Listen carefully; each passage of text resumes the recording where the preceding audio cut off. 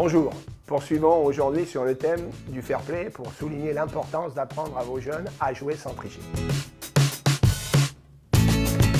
Le football est un jeu et le but est donc de se faire plaisir. Pourtant, comme dans presque tous les jeux, il existe aussi des moyens de tricher. Mais est-ce que l'on prend autant de plaisir à jouer lorsque l'on triche? Sûrement pas.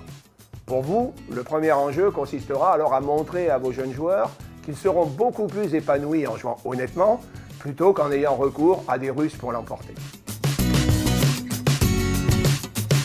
Mais tricher au football, qu'est-ce que c'est? Ça commence par le fait de réclamer sans cesse des touches, des pénaltys ou des fautes. Déjà, c'est lassant, que ce soit pour le spectateur, l'arbitre ou les adversaires. Mais en plus, il s'agit clairement d'un comportement anti-sportif. Il est nécessaire d'y mettre un terme.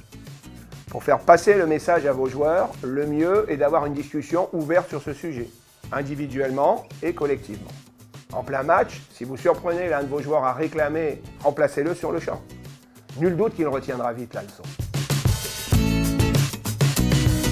Et il en va de même pour la simulation. C'est une faute très grave, puisqu'elle cherche à tromper l'arbitre et à sanctionner l'adversaire. On pense y gagner, mais en fait, on y perd. Un coup franc est accordé à l'équipe adverse et le simulateur reçoit un carton jaune. En plus, on perd du crédit aux yeux de tout le monde. C'est pourquoi il faut clairement interdire la simulation en match. Un joueur ne respectant pas cette consigne ne devra tout simplement pas être convoqué pour la rencontre suivante.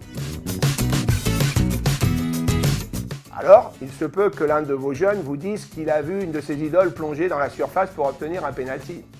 C'est là qu'il faudra lui parler des joueurs suspendus pour simulation afin de lui montrer que c'est un acte fermement condamné.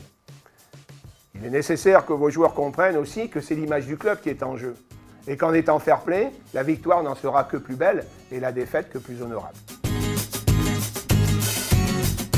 En somme, votre rôle est de leur enseigner que mieux vaut pratiquer un beau jeu et perdre dignement plutôt que de gagner malhonnêtement.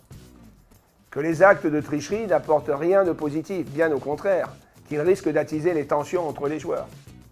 Et tout ça passera par le dialogue, puis par le fait de se montrer ferme. Sans oublier enfin que jouer dans un bon état d'esprit facilite le travail de l'arbitre et laisse la part belle au spectacle, et non au théâtre. À bientôt.